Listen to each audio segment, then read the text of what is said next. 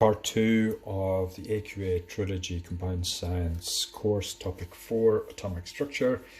Part 2, which looks at radiation in a bit more detail, particularly in terms of nuclear equations, half-life, and the hazards presented by radiation. As usual, these packs, you have the checklist at the front, which you should complete after you've completed this section. There is on the second page a list of basic facts that you need to know and some of the typical things that you might be asked to do. And in lesson 1, we are looking at nuclear equations. So the first task you need to do is, you're told that the uranium-238 nucleus, this is a nucleus of an unstable isotope, so it undergoes radioactive decay. And we're told that the type of radiation that's produced is alpha radiation, an alpha particle. We're also told it's got 92 protons that we can see from the section of the periodic table that's been shown. And we're asked, what nucleus will it change into? So you need to complete this question, and there's a hint given to you, which is that in alpha decay, an alpha particle leaves the nucleus. So the alpha particle, the nucleus is going to lose one alpha particle. So there's two things you need to just say. First of all, the alpha particle, it's got 2 protons and 2 neutrons. And the second thing we can say is the nucleus loses an alpha particle when it undergoes alpha decay. So the nucleus has lost an alpha particle. That means that the number of protons has gone down by 2 and the number of neutrons has gone down by 2. Now, in terms of the numbers that are on the periodic table, the atomic number is the number of protons. So that's going to decrease by 2. The mass number is the number of protons and neutrons, so that's going to go down by 2 for the protons and 2 for the neutrons, so a total of going down by 4. So the new atomic number is going to be 92, take away 2 to leave 90, which, looking at the periodic table, that is the element thorium. This is one of the most important aspects of radioactive decay. It's something that was the aim of the people, philosophers working before the scientific era, who were called alchemists, who were trying to do things like turn lead into gold, which they weren't able to succeed because although atoms can be rearranged in chemical reactions, we can't change one element into another through a chemical reaction. But this shows, by changing things through radioactive decay, an element, so a nucleus of an atom, of a particular element such as uranium, is changed into completely a different element, in this case thorium. So it allows us to change one element into another.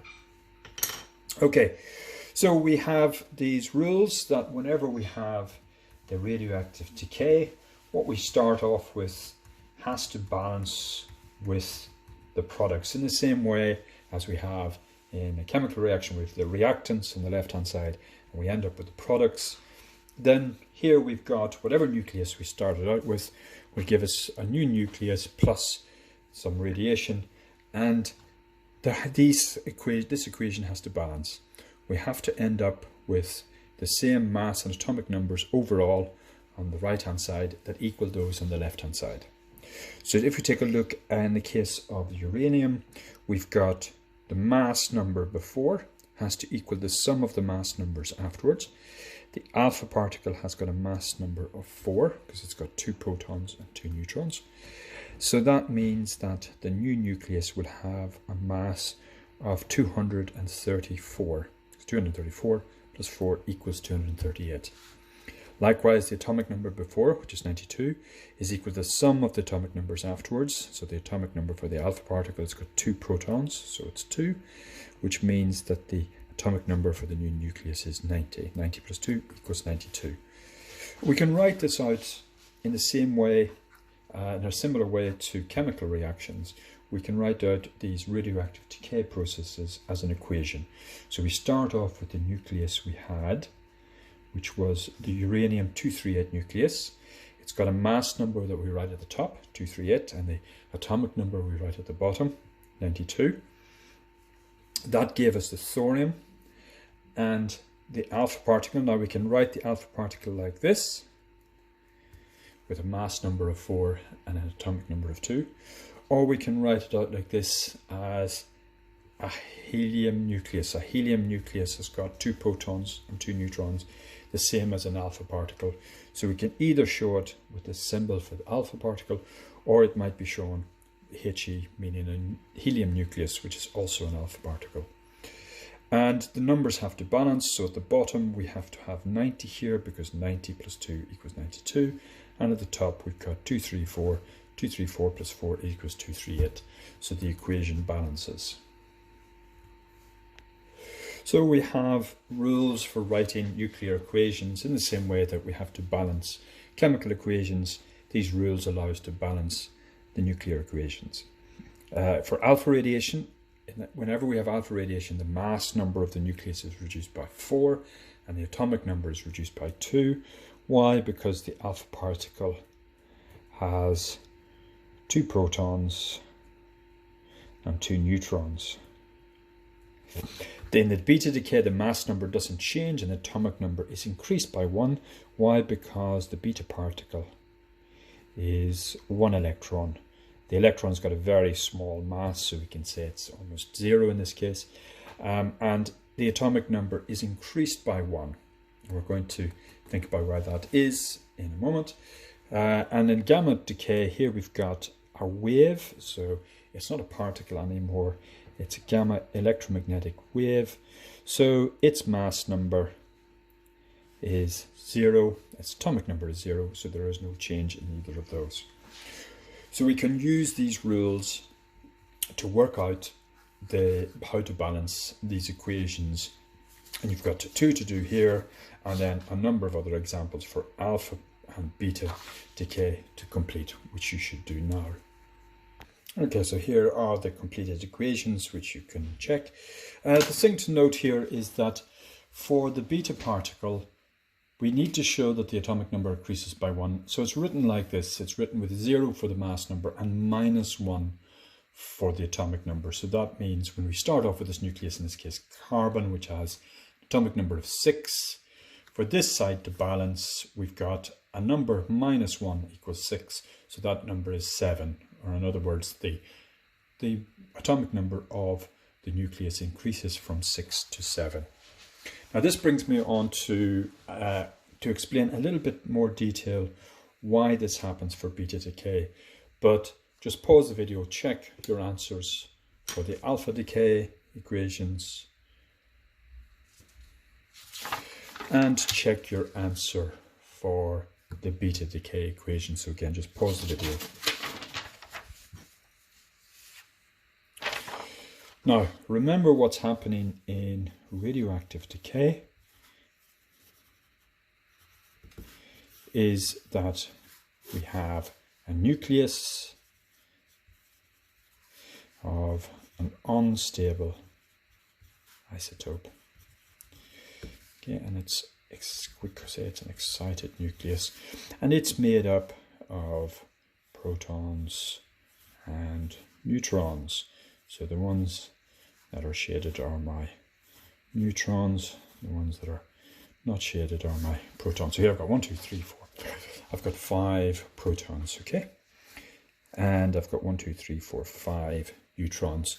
Now, in alpha decay, what we end up with is we end up with an alpha particle being emitted. So that has got 2 protons and 2 neutrons. So that's my neutron, and that's my proton. So I've got 2 protons and 2 neutrons, which means I've lost 2 protons. So I've got 1, 2, 3, 4 left. I had 6 at the start, because I've 1, 2, 3, 4, 5, 6. So I've 2 have left, so I've got left with 4. And I'll use 2 neutrons. I've got 1, 2, 3, 4, 5 neutrons. So that leaves me with 3 neutrons, like so. So I'm left with a new nucleus which has got 4 protons, started with 6, ends up with 4. Okay, that's pretty easy to understand. But what about in terms of beta decay? Now remember that all the radiation always comes from the nucleus. So we've got 1, 2, 3, 4, 5, 6, 7, 8, 9, 10, 11, 12. We've got 12 of these. 2, 3, 4, 5, 2, 3, 4, 5, 11 of them. 1, 2, 3, 4, 5, 6, 7, 9, 10, 11. And we had 5 neutrons. 2, 3, 4, 5, like that, and 6 protons. In beta decay, we end up with an electron. An electron is minusly charged. But where does this come from? An electron has been produced from the nucleus. How can an electron come from the nucleus? How could that possibly happen? Because the one thing we know about our nuclear model is that in the center, in this very small space, we've got all the neutrons and protons, but the electrons are in energy levels. There are no electrons inside the nucleus. So what happens is, if we look at a neutron could be considered as a proton plus an electron. We can think of it like that. So the neutron is as if we had a proton and an electron stuck together to give us the neutron.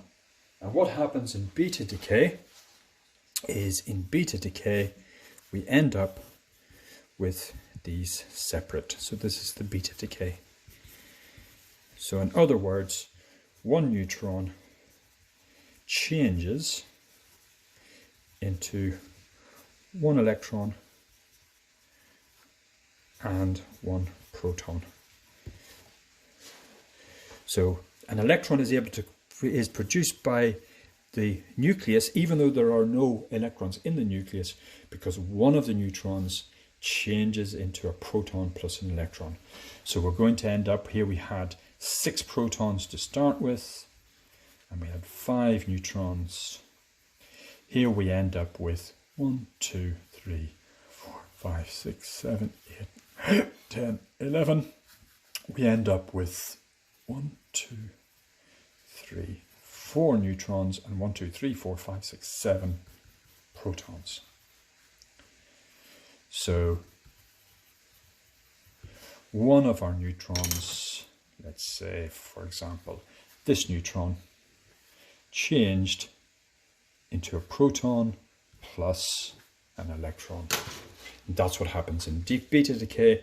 So the number of protons increases by 1, so the atomic number increases by 1. Now, you don't need to know that to be able to balance the equations, you just need to know the rules. So that explanation is just to explain why it is that if we have beta decay, the atomic number increases by 1. Now, the next thing we want to consider is, how long will something remain radioactive? Remember, what's happening is unstable nucleus changes to a stable nucleus. So if I had one nucleus that was unstable, it changes to a stable nucleus. There's going to be no more radioactive decay because it's already changed, it's now stable. So when we have some piece of material that's got a lot of atoms, we saw the atoms are very small, so there's lots and lots of them. How long will it take for all of those unstable nuclei to become stable and hence the radioactivity to disappear?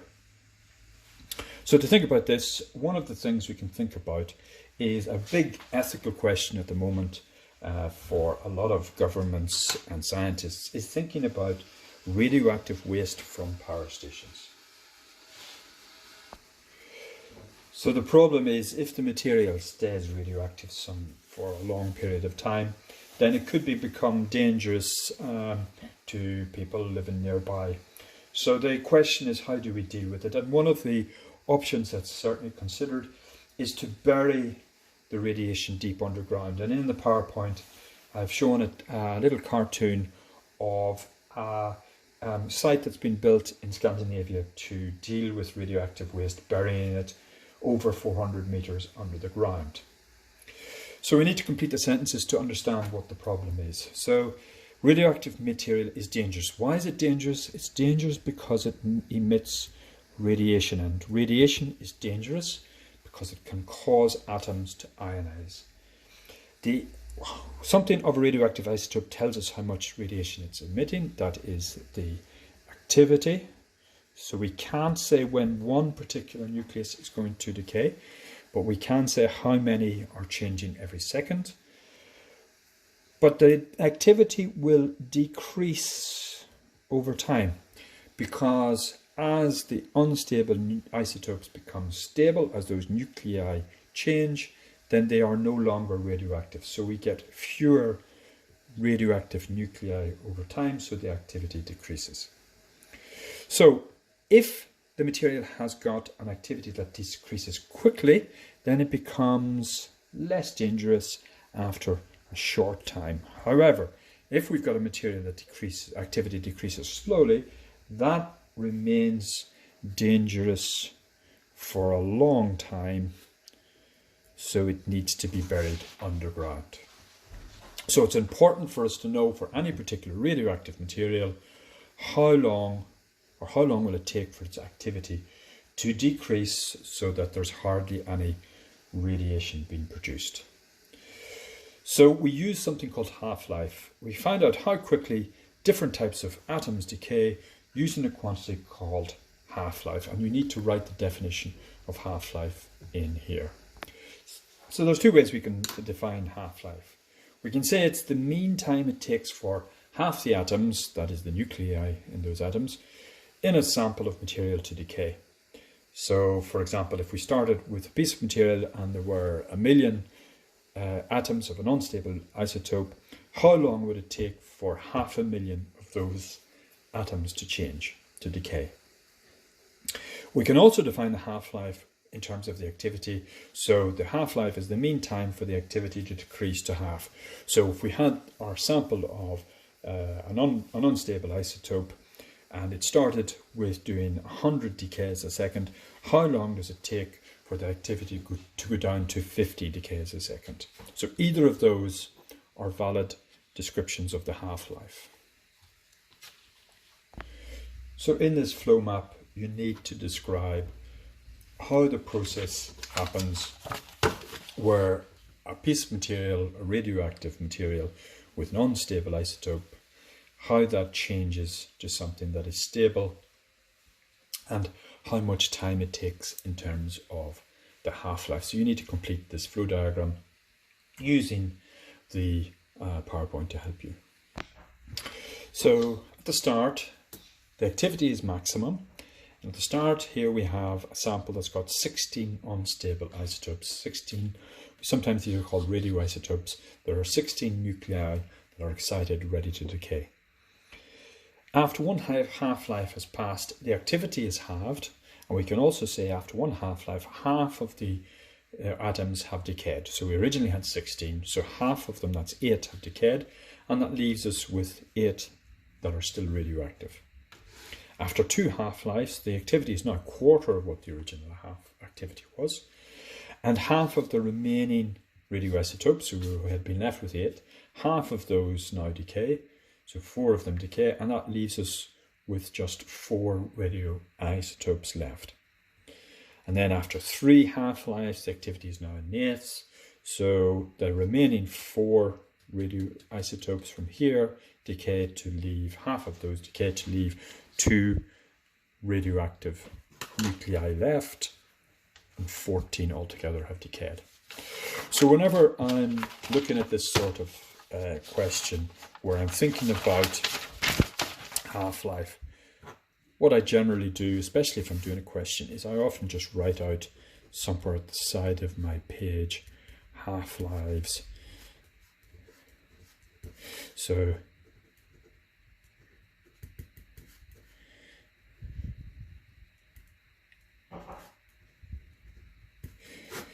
after 0 half-lives, I'm at its maximum, so that's 1. After 1 half-life, I'm down to half the activity, or I've only got half the number of nuclei that are left are radioactive. After 2 half-lives, if it's a quarter. After 3 half-lives, it's an eighth. After 4 half-lives, it's a 16th. After 5 half-lives, it's 1 over 32. And you can see the pattern, how it will continue. Although it's unlikely they'll go beyond 5 half-lives. But if they do, you just continue going up into 6 would be 1 over 64 and so on.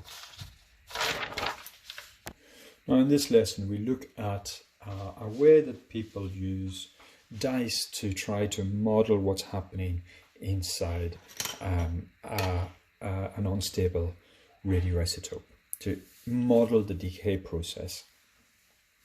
And the question is, why can we use dice? So why can we use dice? And first thing we need to do is complete this sentence to think about why dice might be a good approach to use. So the nucleus of an unstable nucleus, that gives out radiation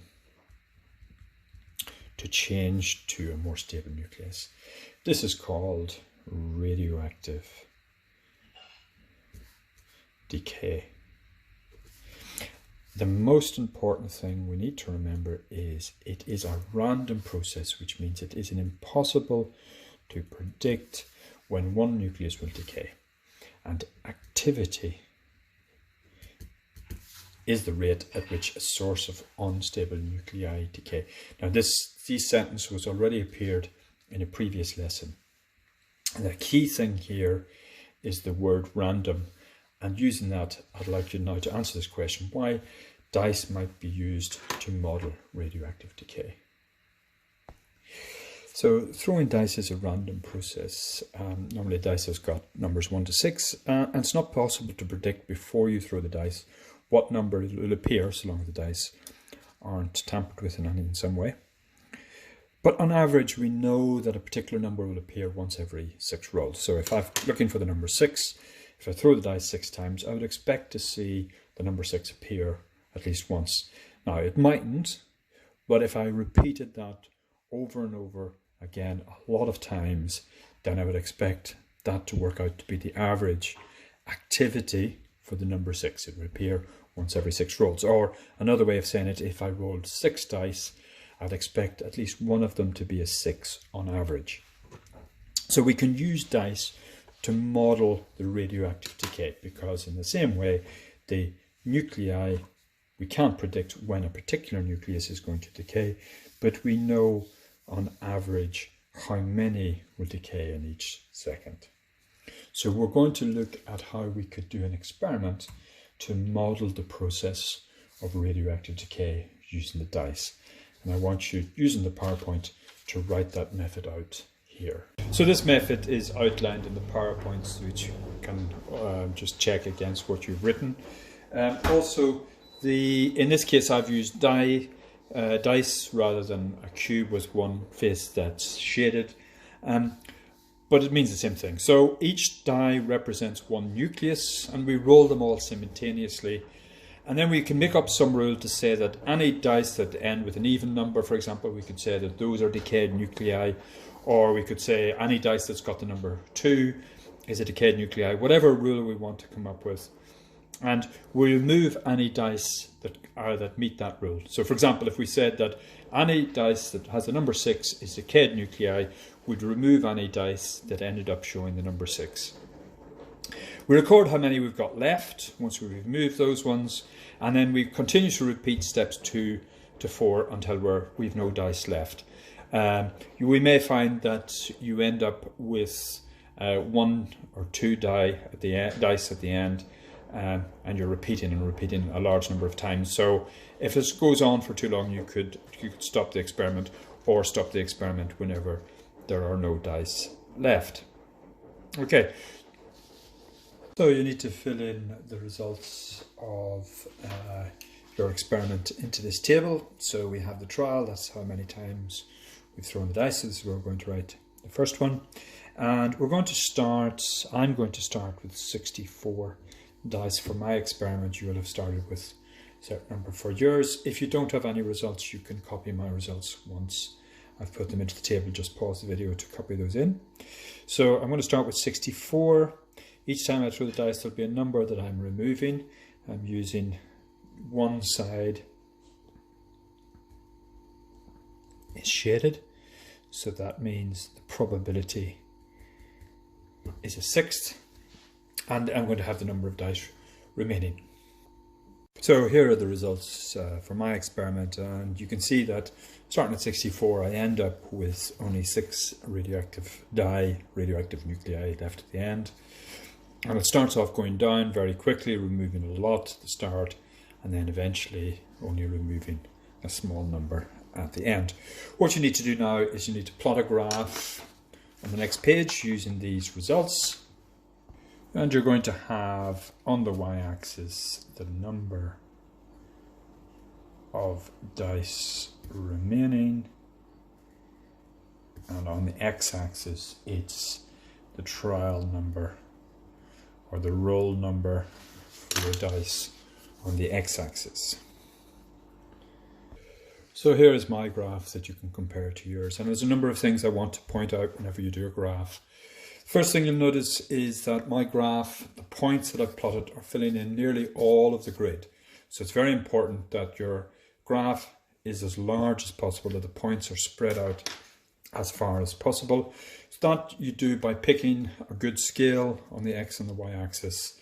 So we had up to 20 trials, so that was the maximum number on the x axis, and 64 is where we started on the y axis. So I made sure my scale gave me a large graph. The the labels on the axis are very important, and they're generally very simple. They're simply coming from the headings on the table, okay? And the first column in the table is nearly always the independent variable, the one you plot on the x-axis. So what we have is a graph of the number of dice remaining, which is representing the unstable nuclei in this model, versus the trial number, which represents time. Okay, so, and what we see is that the graph goes down as the number of trials goes on, the number of dice we have remaining goes down, and it goes down in this sort of curved shape. Okay, now this sort of curved shape is known as a decay curve.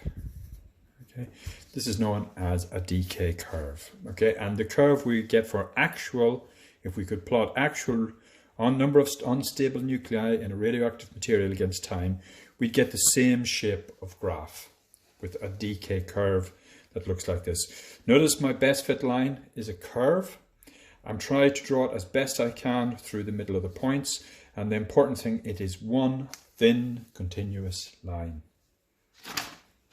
Okay, now what we're going to look at is we're going to try and determine what's the half-life for our model. And remember that the half-life, that was, when we look back to see what half-life was, it's the time it takes for half the atoms in a sample to decay, on average. So if I want to find the half-life here, what I need to do is I've started at 64. I need to go down to find on my graph the point that is 32. And I draw a line across to my curve, which is here, which is this point here. The line across is that point, and then I draw a line straight down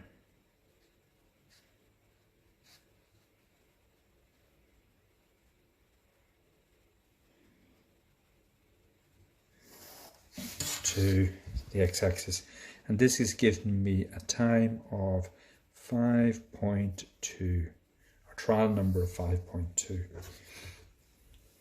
So what I could do then is look, well, how long does it take to go from 32 to 16 to halve again? And I get a time of around about 11 trials, which is just over twice this one. So it's not quite exactly what I expect, but it's not far off. Here I've added a third half-life where I've gone from 16 down to 8, and I found that's happening after 16 trials. So again, that's roughly 5 above the previous one. So the half-life that this graph is suggesting is 5.2, 5.85, an average of around about 5.3 trials. So every 5.3 trials, I'd expect the number of remaining dice to have to go from 64 to 32 to 16 to 8. Okay. Now, this is what we'd expect to see if I did this for real. If I was able to measure the number of remaining unstable nuclei in a material. And obviously we can't have 5 1/3 trials, but in this case, the trial number is representing a time. So we can do the same thing for radioactive materials. We'll get the same sort of graph, and we can work out the half-life for that material. Now the half-life for a material, those graphs will work much better than this. These results won't be so far spread out. They'll be much closer to the mean, because in any sort of material we've got trillions and trillions of atoms, so the numbers are averaged much better. So we get a much better graph if we were to do this with actual radioactive material, but it's close enough to allow us to see how this works. So we're going to turn now to look at some actual decay curve questions that we might get and how we do them. Now, using the PowerPoint, you need to write down what are the steps that I need to do to work out what the half-life is of some radioactive material when I've been given the decay curve. So in the question, they've shown me the decay curve, they've drawn it already, and they've asked me to work out the half-life. What are the steps I need to do to work out the half-life? And you need to write these steps in here. So whenever you get this sort of question, you should know that you can either get activity on the y-axis or the number of radioactive nuclei remaining on the y-axis. It's always usually, well, it's always time on the x-axis, but the time can be given in different units. It could be days, it could be years, it could be minutes, so just pay attention to that. So the first thing we need to do is, so here I've got the y on the x-axis. I need to find my original value. So that's step one, and here is the curve. I need to find the original value on the y-axis. I then work out what the half of that value is. So that's step three. That's what the half value is. And then I draw a horizontal line from that value using a ruler across to the curve. And that's step 4. Then I will draw a vertical line downwards, again using a ruler, and that's step 5. And then step 6 is very simple. I simply read the time value. That's step 6, read the time value on the x-axis. Now be sure you paid attention to what the units are for time. And I can then, step 7, what I can do is I can check, if I go the same amount of time over this way, I can just check my answer by doing the opposite and check that this number is half of this number. So I know that I've got the correct value for my half-life. So those are the steps. You're given a question with the curve, those are the steps to be able to find the half-life. Now I make an attempt at this question. So check your answers against mine. Note that whenever there's a graph given in a question, you see how I've used it, and I'm demonstrating, not just to help me get the answer, but I'm demonstrating to whoever's marking the question that I knew what I was doing, and they can see where my numbers come from. Particularly if I happen to make a mistake, I might get a method mark in any case. So in each case we get an answer of 70. So what do we notice about the values? They're all the same. Why? Because in each case we're halving the activity from 80 to 40, from 120 to 60, from 50 to 25. And that's the half-life, the time it takes for the activity to halve. So it is as we'd expect. It's always the same. So in this final lesson of topic 4, the atomic structure, we're going to look at the ideas of irradiation, contamination. We're particularly looking at the hazards associated with radioactive decay. To start off with, we're just going to recap something we did right in the first part, which was to do with the development of our model of the atom. Remember, the model is how we explain what the atom is made from and how it behaves. And our current model is something called the nuclear model, but we saw that there had been other models proposed in the past that were disproved. And this is a very typical question, an exam question. We've got 6 marks and we have to explain what led to the Plum pudding model, so the previous explanation, being replaced by the nuclear model. Now, in these questions, whenever you're writing extended answer questions, the most important thing that you have to realize is you have to make it an argument that is a series of statements that are logically linked together so that somebody could follow what you're saying and understand completely the answer to the question. So in this case, what is it we need to include in our answer? We would need to include a description of the plum pudding model,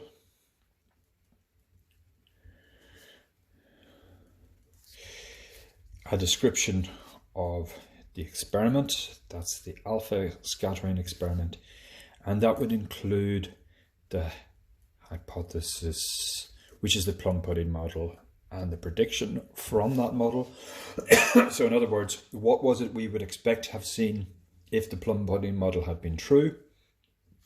And then finally, the results of the experiment and the conclusion, which is our nuclear model.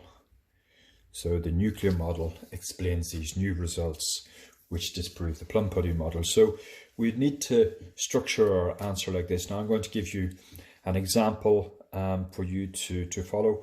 But remember, it's very important that when you write this answer, you do so in a way that someone could completely follow how we started with the plum pudding model, what was done, how did that disprove the plum pudding model, how did we end up with the nuclear model.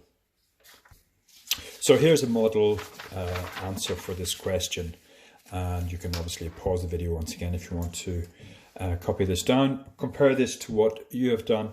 You'll notice I've written in 3 colours just to show the 3 parts to my question, and I've started by explaining what the plum pudding model is. The plum pudding model of the atom says that the mass and positive charge is spread throughout the atom. Negatively charged electrons are embedded in the positive charge. That would probably be 1 or 2 marks for this bit. In the alpha scattering experiment, large positively charged alpha particles were fired at high speed at thin gold foil. From the plum pudding model hypothesis, it was predicted that all particles would pass straight through. Okay, again, possibly 1 or 2 marks for that. However, the results disprove the plum pudding model as some particles were deflected, including some by large angles. That's definitely a mark. I've just said why the plum pudding model is no longer used. These results suggested most of the atom is empty space, as most of the alpha particles pass straight through with mass and positive charge in small space in the center, the nuclear model. Okay, so this is an example of how I've laid out my question to show a logical progression of my argument, starting with explaining what the plum pudding model is, ending with describing how the results of the experiment show what the nuclear model is, describing the experiment and explaining why the results disprove the plum pudding model.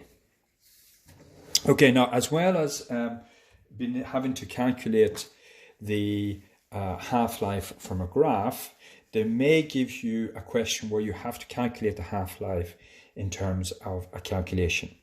And one term that we need to think about here is what we call the net decline. That is, starting from some initial value, how much the value once we've gone through a certain number of half-lives, and that's called the net decline. So here's an example that we can use to think about this. The activity of a radioactive isotope is 640 counts per minute.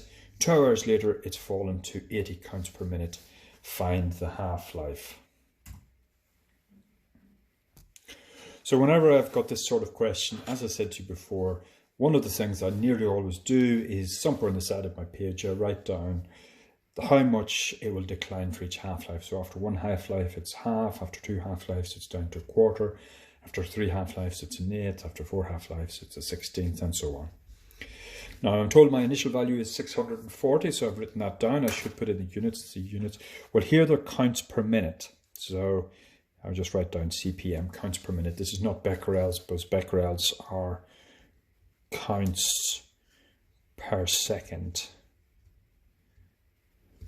And the final value is 80 counts per minute. Okay, so the decline, to find the decline, I've got the final value after a certain number of half-lives divided by the initial value. So that's going to be 80 divided by 640, which is 1/8. So now I can look at my table. A decline of 1/8 means how many half-lives? It means 3. So because it's now an eighth, that means that 3 half-lives have passed. So 3 half-lives passed in is 2 hours. And 2 hours, I need to convert that to make our calculation simple. I could keep it in hours, but I'm going to convert it to minutes just to make it a bit simpler. So that equals 120 minutes. I've used minutes because it counts per minute. So that means if 3 half-lives is 120 minutes, that means 1 half-life is going to be 120 divided by 3, or 40 minutes.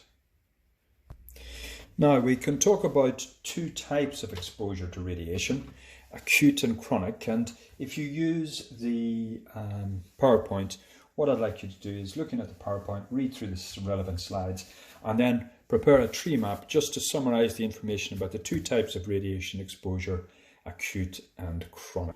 So here's the information that was in the PowerPoint put into a tree map. So we've got 2 types of exposure, chronic and acute.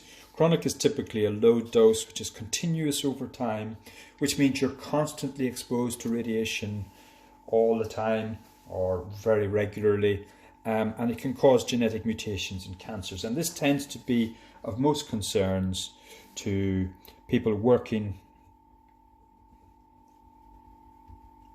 with radiation. So this is typically a concern of people who work with radiation. So that's, for example, in hospitals, people using X-ray machines, for example, and power stations.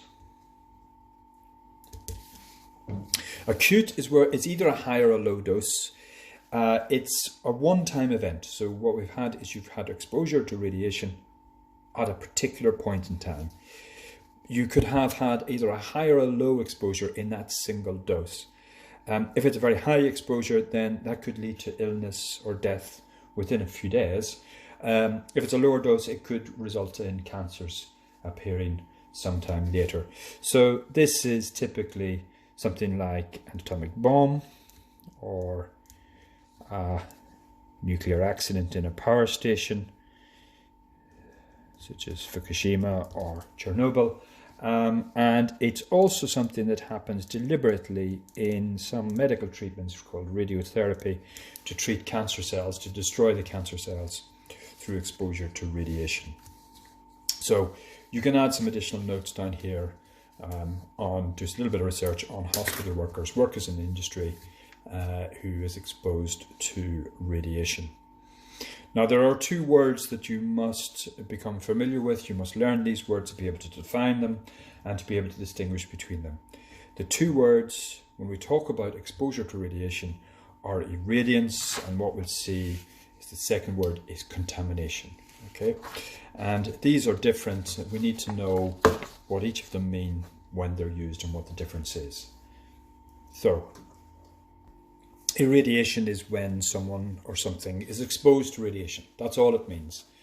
Something's radioactive, it's producing radiation, and that radiation hits someone or something. However, when the radiation being produced from that source stops, so when the source is taken away, or when something is put in between to block the radiation, then the object stops being irradiated. So this is typically one-time event, like, for example, getting an X-ray. You're exposed to the X-ray radiation. Take the X-ray, the machine is switched off, there is no more radiation. However, when something is or someone is contaminated, it means the radioactive material has got onto the surface of the object, or has got worse, inside the person or the object, and that radioactive material continues to produce the radiation. So unlike irradiation, the radiation does not stop. So contamination means that the object or the person continues getting exposure to the radiation, even if their original source material is taken away, because some of the material has contaminated the object or the person. So what you need to do now is, again, using the PowerPoint, produce a double bubble map just to compare and contrast irradiation and contamination. Okay, so here's an example of the double bubble map, and you can compare it to your own. So both irradiation and contamination means that the object of the person is being exposed to radiation. And that radiation can end up causing, for example, genetic modifications, to end up with illness or potentially even death. These things happen because the radiation can be ionizing, so that is, it changes some atoms to ions. That causes changes in molecules, for example, which can change DNA, hence causing genetic damage, which could lead, for example, to cancer. And both of these can be acute or chronic, but as we'll see, contamination is typically more chronic and irradiation acute, although you could imagine a situation where someone is exposed to, is contaminated, and then the contamination is removed in an acute event. But typically, as we'll see, contamination is more typically a chronic, irradiation acute. So if we look at contamination, contamination lasts typically a longer time than irradiation. The material gets onto an object and has to be removed, or worse, gets into a person and has to be removed, so it can last a long time, so it's more chronic. And what's happening is the source of the radiation, the radioactive material, is on or in the object. So one way to say this, in contamination, the object becomes radioactive. In irradiation, it's usually only for a short time. The source of the radiation remains far from the object, and it's only radiation reaching the object, so the object is not radioactive. And an example of this is, in some cases, irradiation is used to sterilize medical items, that is, to kill any bacteria that are on the surface. And that's safe because it's only been irradiated. So once the source of the radiation is removed, then the items themselves are not radioactive, so they're safe to use. Now we can summarize what we've talked about so far in terms of thinking about what makes radiation dangerous. Why is radioactive material dangerous? What's dangerous about the radiation that comes from it?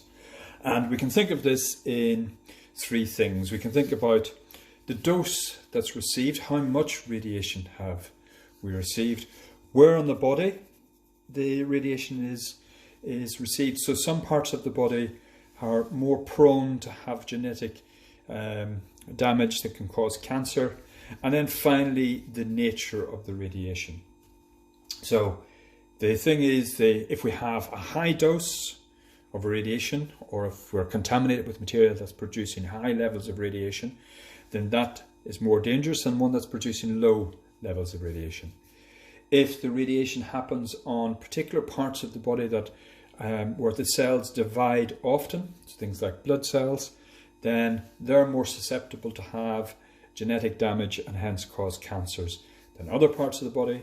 And then finally, the nature of the radiation. So, for example, we know that alpha particles are easily stopped by the skin, so they're not a serious hazard unless the source gets inside the body.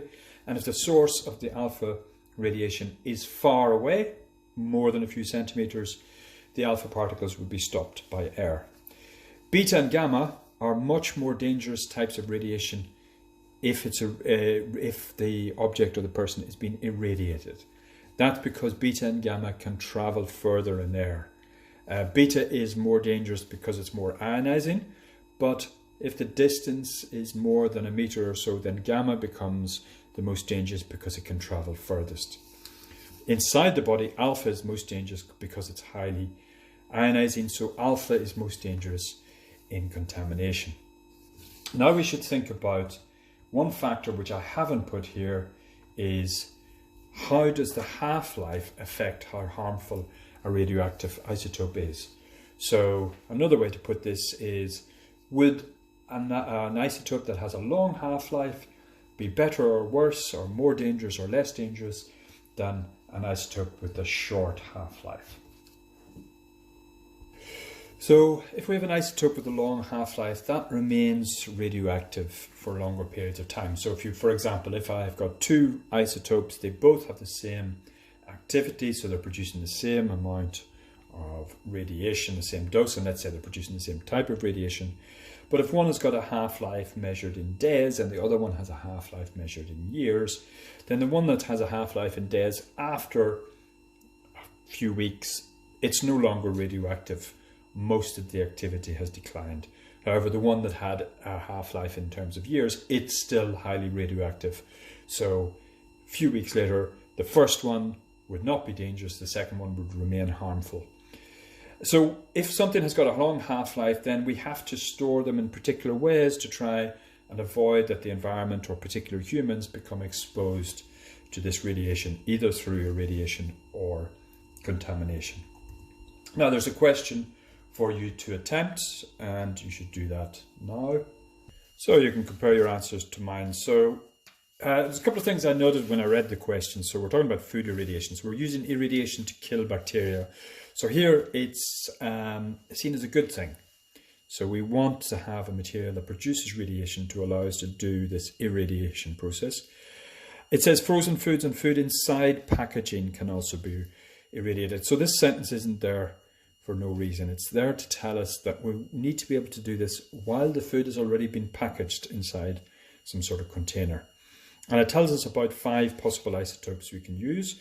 It tells us about the half-life, and it tells us the type of radiation emitted. So we're definitely not going to want alpha, because alpha will be stopped immediately by any sort of packaging.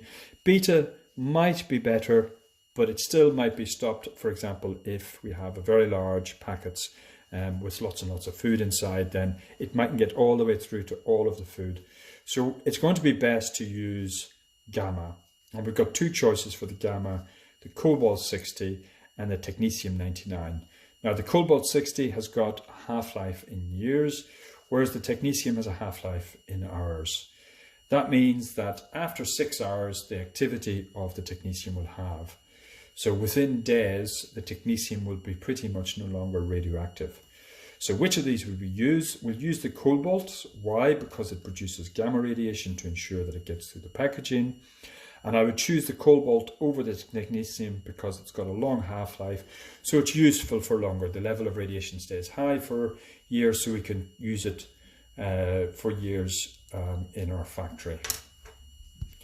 Now you need to use the PowerPoint again, list some ways that people are protected who work with radiation, and then write down again the 3 safety rules. This is something you did earlier in part 1. So again, write down the safety rules, but indicate why these rules are there. What is the reason, now that we know about irradiation and contamination and radiation exposure, why do we have these rules? So here are some of the things that are done when people work with radiation. The most important thing, avoid contamination. And the second thing, keep any exposure time to a minimum, so reduce irradiation. To do this, use shielding and protective suits, lead-lined aprons and suits, lead and concrete walls, so the sources are kept behind barriers that will stop most of the radiation to keep exposure time to a minimum. And keep the distance between the workers and radiation as large as possible. That will reduce irradiation. Use remote-controlled robot arms to avoid contamination so that they don't touch it directly. And the workers are provided with things called dosimeters. These allow them to keep track of how much irradiation there has been. So if it starts to become a dangerous level, then they can move away from any areas which have radioactive material. In schools, we have these 3 rules that we talked about before. The first one, you never handle radioactive sources directly. That's the most important thing. That avoids any contamination. When someone does have to handle one of these sources, they wear gloves and they use tongs so that there is no chance of any of the material getting onto their skin. You never point a radioactive source at yourself or at another person, and this is to avoid irradiation. And then finally, once a radioactive source is no longer being used, it's put inside a lead-lined container that's sealed, so when it's not in use, and that avoids both contamination and irradiation. Now the last question is an interesting one. This is just something that's more generally that we need to know about science, both physics, chemistry and biology. And it's about how scientific results and how scientific ideas are shared. And it says here that scientific reports are usually peer-reviewed before they're published. So you need to say, what is peer review? And why is peer review essential for scientific reports on the effects of radiation? So why is it really important that peer review is carried out when we're considering a question like what are the effects of radiation? So answer those questions now.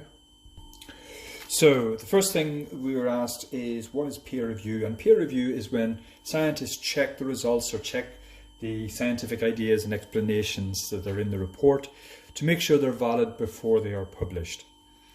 And why is this essential? It's essential because if the reports are wrong, if there's mistakes, then any procedures or safety levels that are set based on that report could end up causing people harm, or actually even meaning that people could die. So it's very important that the peer review process is carried out. Now, at the end of each of these sections, you have some exam questions to complete. The mark schemes are attached, so you should complete all of those questions. And once you've done all of that, you go back to the start of each part 1 and part 2, and there are checklists for you to complete where you red means that you still have no idea what this particular topic is about. Amber means you've got some idea, but you need to go back and relook at it again. Green meaning you're feeling confident that you know this topic fully. So you've got 2 checklists to complete at the end, and that is all of topic 4, atomic structure for AQA Trilogy Combined Science.